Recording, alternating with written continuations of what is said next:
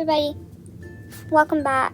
Welcome to my sleepover, where we don't sleep, and all I do is explain Part 3 JoJo's Bizarre Adventure to you. So if you haven't watched my first two videos, go ahead and watch that. And I forgot to mention the last two. Yes, this contains spoilers.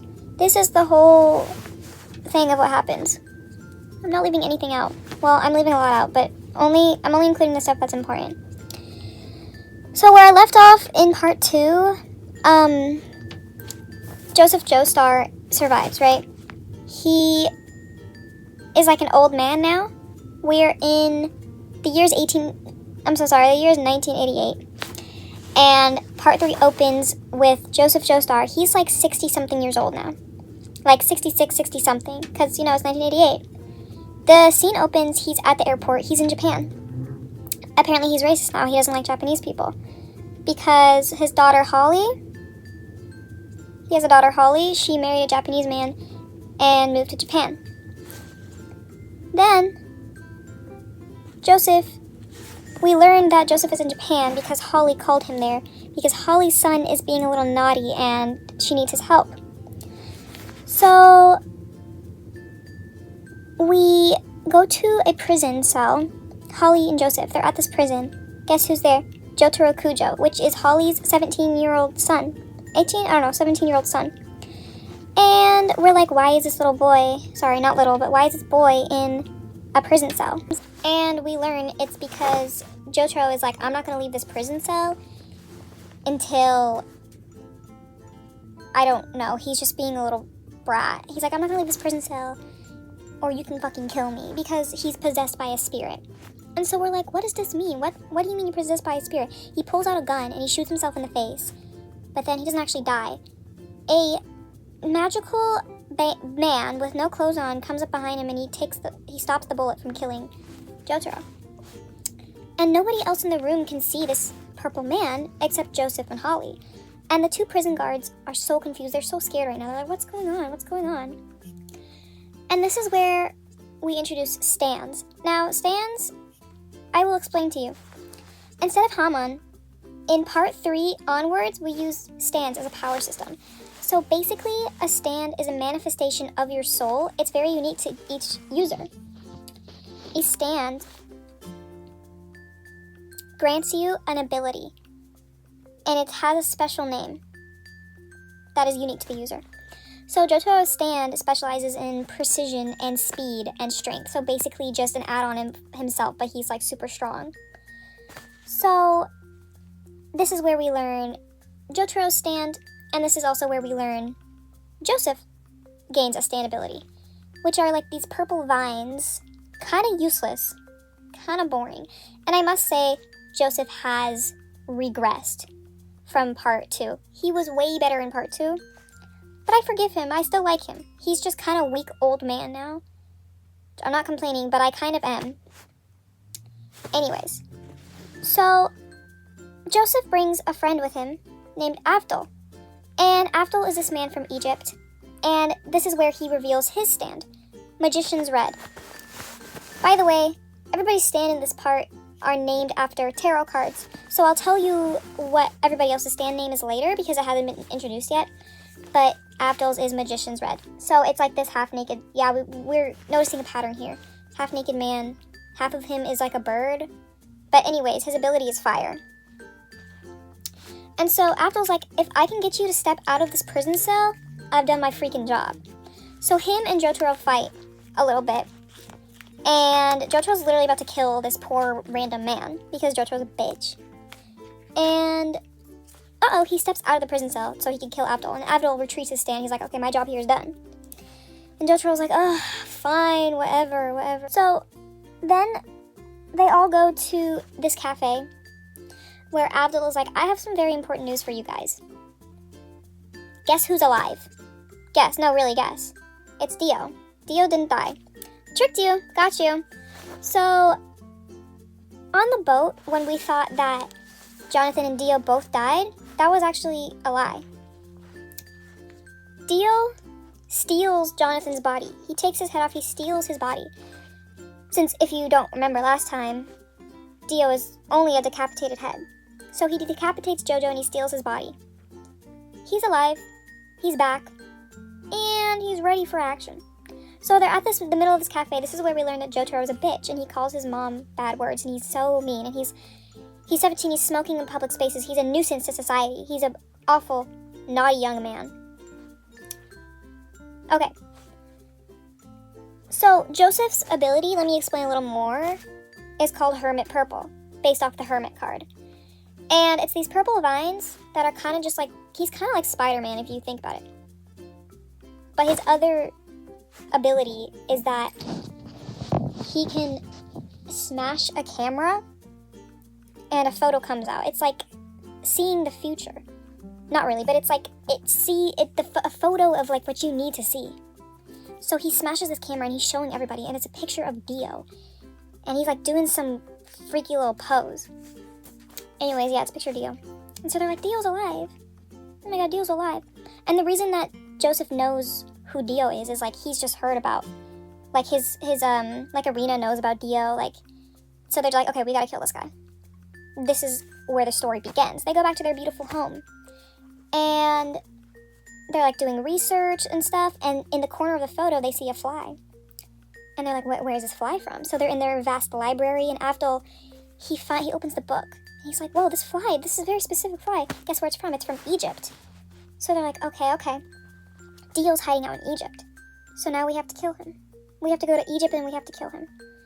The next day, Jotaro goes back to school. We learn that everybody's deeply in love with Jotaro. For some reason, he's this cool, nonchalant guy, and all of the ladies are in love with him.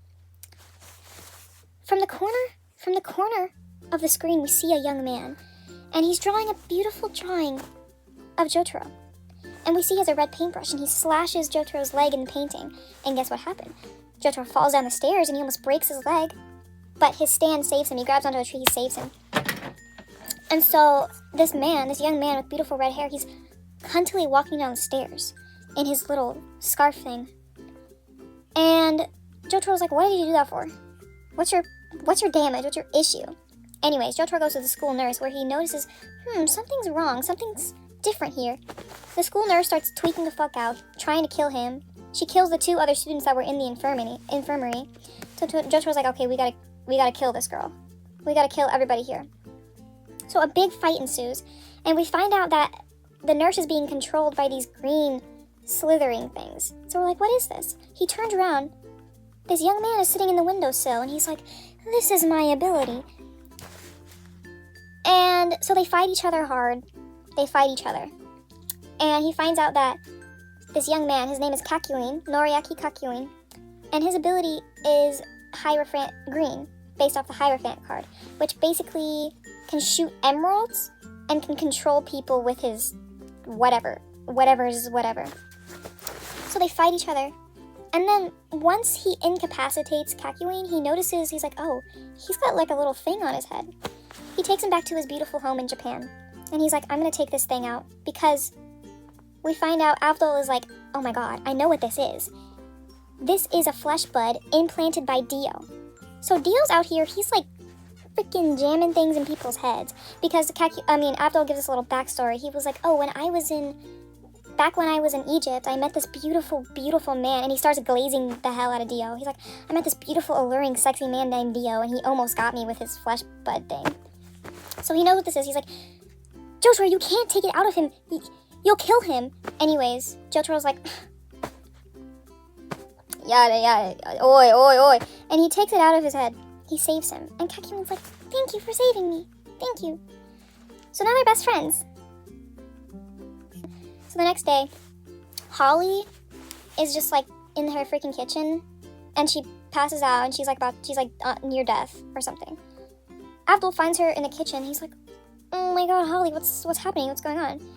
He looks at her back, takes one look at her freaking back, and there's vines growing all over it. And he's like, oh my god, what is this? Turns out it's a stand awakening in Holly's body. Because, of course, she is still a Joestar. And she has Joestar blood, which is from Jonathan. And guess where Jonathan's body right now is? Guess where it is? It's attached to Dio's head. So Dio is an evil, evil man. So a stand is awakening in Holly's body, but she cannot control it. She is not strong enough to control the stand. So it is slowly killing her. and she has 50 days to live. So basically, Kakyoin, Joseph, Abdul, and Jotaro, they're like, we have to go to Egypt and we have to kill Dio in 50 days or Holly will die. Holly will die. So they send for the Speedwagon Foundation to take care of Holly while they set out on their mission. They go outside, they do a crazy pose, and they're on their way. Now, I will not be able to explain all of this to you because out of all of the parts, part 3 is very repetitive, I must say. Very repetitive. Each episode is the group fighting a new enemy. So I will only be telling you the most important battles that happen. I will leave a few out that are not important. So, they go on a plane. That doesn't work out because there's a goon there. They fight the goon. They're like, okay, no more planes. Let's go on a boat. Guess who's there? Another goon. They have to fight another goon. There's this little girl named Anne. She's like, let me come with you guys. Let me come with you guys, please. Please let me come with you guys. And they're like, freaking bug off, 12-year-old little girl. She follows them for a while. She's not really that important. She's just kind of there for a little bit. Not, as I say, not super important. So they're in Singapore. I think Singapore is where they meet their next best friend. Same situation as Kakyoin. He's been hypnotized or controlled by this flesh bud implanted by Dio, so he's trying to kill them all. Abdul saves him. They fight each other like he saves him from this flesh bud, and his name is Polnareff. And this is where we learn that his story is he's trying to avenge his sister. His sister Marie, or something French, I don't know what her name is. It's like Anne. No, Anne was the other one. I don't know what her name is. Something French. They're French. They're all French, by the way. So he needs to avenge his sister because one of Dio's goons killed her and did very unspeakable things to her, so he needs to avenge his little sister. So, I'm not really too sure where they are now. I don't know. They might be in, like, Singapore or China. I think they were in China when they met Polnareff. I don't know where they are at this point. But, as they are traveling, they find the man that killed Polnareff's sister, Sherry. I think her name is Sherry. Yeah, her name is Sherry. His name is jjba, and his partner, Whole Horse. So they fight these guys. Abdul is shot in the face, and he's dead. Polnareff is super upset because they kind of had some kind of thing going on. He's crying, he's so sad. So basically, a whole lot of useless filler. Really not too important. Kakyoin, at some point, we're fighting this guy named Indol, and he is blind and he feels vibrations through the ground. This is also where we meet another character, which is a dog named Iggy, and he has a stand based on the card The Fool, which is basically, it's just made of sand, and it can just fight. I don't know. So the Stardust Crusaders and Iggy, they're fighting Indul, and his ability is like water. So I don't know. He can feel through the ground. Kakyoin is incapacitated. He is blinded. So that's an interesting plot point. They keep fighting people, and they're on this boat. Kakyoin, I don't remember if Kakyoin's back or not. But Joseph was like, let me do a detour real quick, okay? I'm gonna stop off this island. We see this man, and he looks an awful lot like Abdul. And we're like, oh my god, Abdul's father? We find out that it's actually him. He didn't die. Tricked ya. He's just surviving on this island. So now they're all together. They're back together. The whole gang is back together. Anyways, and they just kept this secret from Polnareff because he likes to gossip. And so, Abdul and Polnareff are back together. So sweet. There's a lot that goes on. Let's just say, a lot of fighting. Kakyoin is back at some point. And then we're getting really close. We're 4 days until Holly's death. And Iggy is fighting this bird. They found Dio's mansion, where he was hiding. Because, I don't know, they're finally just in Egypt. Iggy is fighting the guard bird. And that's how you know we're quick. So we enter into the mansion. And, of course, there's a few more boss fights. And Abdul is unfortunately killed by Dio's goon Vanilla Ice. He is unfortunately killed. Polnareff is broken up about this, very upset. Furthermore, Polnareff and Iggy are in an upstairs room, whereas Joseph, Jotaro, and Kakyoin have been taken into an alternate world by another goon's stand. So they have to play these video games or they die. They have to win the games or they die. So Vanilla Ice, he's kind of important because he kind of has a high kill count of these main characters. So his ability is that he has like this ball of empty space, and he like rolls around and just like takes things into his void and it disappears. So that's what he did to Abdul. He killed him.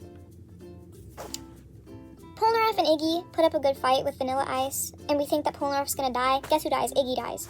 He's beating the shit out of this dog, and Iggy dies. So we have this really emotional moment where Abdul and Iggy are like in the clouds, and Polnareff, poor Peanut, poor guy. And he defeats the Vanilla Ice. Then, guess what happens next? They all are reunited. And, okay, so at this point, we've been building up to Dio's stand.